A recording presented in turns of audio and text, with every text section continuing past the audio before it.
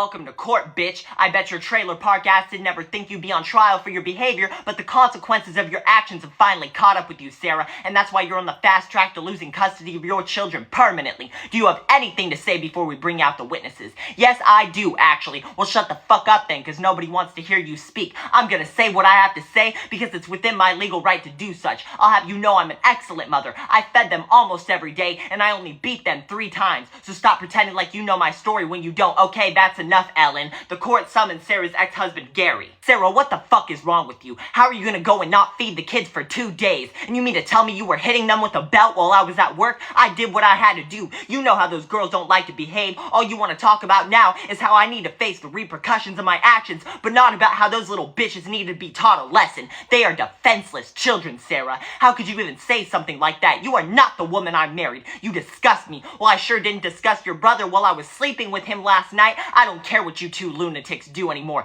The only thing I care about is making sure my daughters aren't around it. You don't even love those girls. The only reason you fought for custody in the first place was because you wanted to spite me. You're pathetic, Sarah. You can call me whatever you want to call me, Gary, but one day you're gonna regret the way you just up and walked away from us. You really think you could do better than me? As a matter of fact, I already have. Me and Kendra are going out to dinner right after I leave here tonight.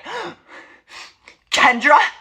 Seriously, Gary? I knew you were fucking around with her. I had no contact with her while we were still married, and you know that, Sarah. Don't even try your little last-ditch attempt to paint me as the villain here. After what you put me through, I needed someone to comfort me the way she has. You piece of shit, get lost! You've already said everything you need to say. I'd be more than happy to leave your presence, you abusive succubus. Have the day you deserve, Sarah. The court now summons Sarah's 6-year-old daughter, Melody, to the stand. There really isn't even much that I need to say to you right now, Sarah, considering your bed is already made. But let me tell you something that you're learning the fucking hard way right now. I am not the type to play with. And I don't take kindly to disrespect and neglect. I especially don't take kindly to it when you want to do it to my little sister. I didn't even tell the court about the fact that you were getting high out of her milk bottles and giving them back to her without even washing them after.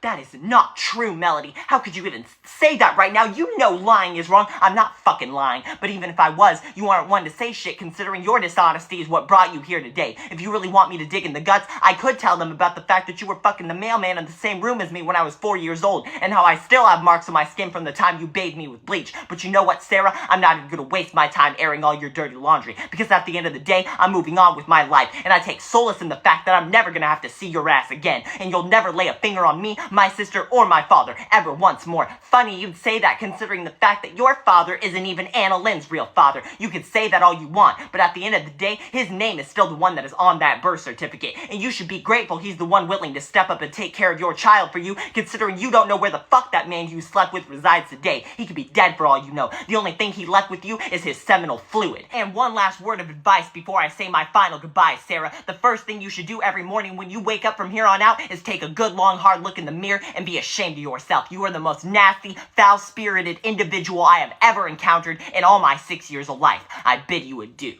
Has the jury reached its verdict?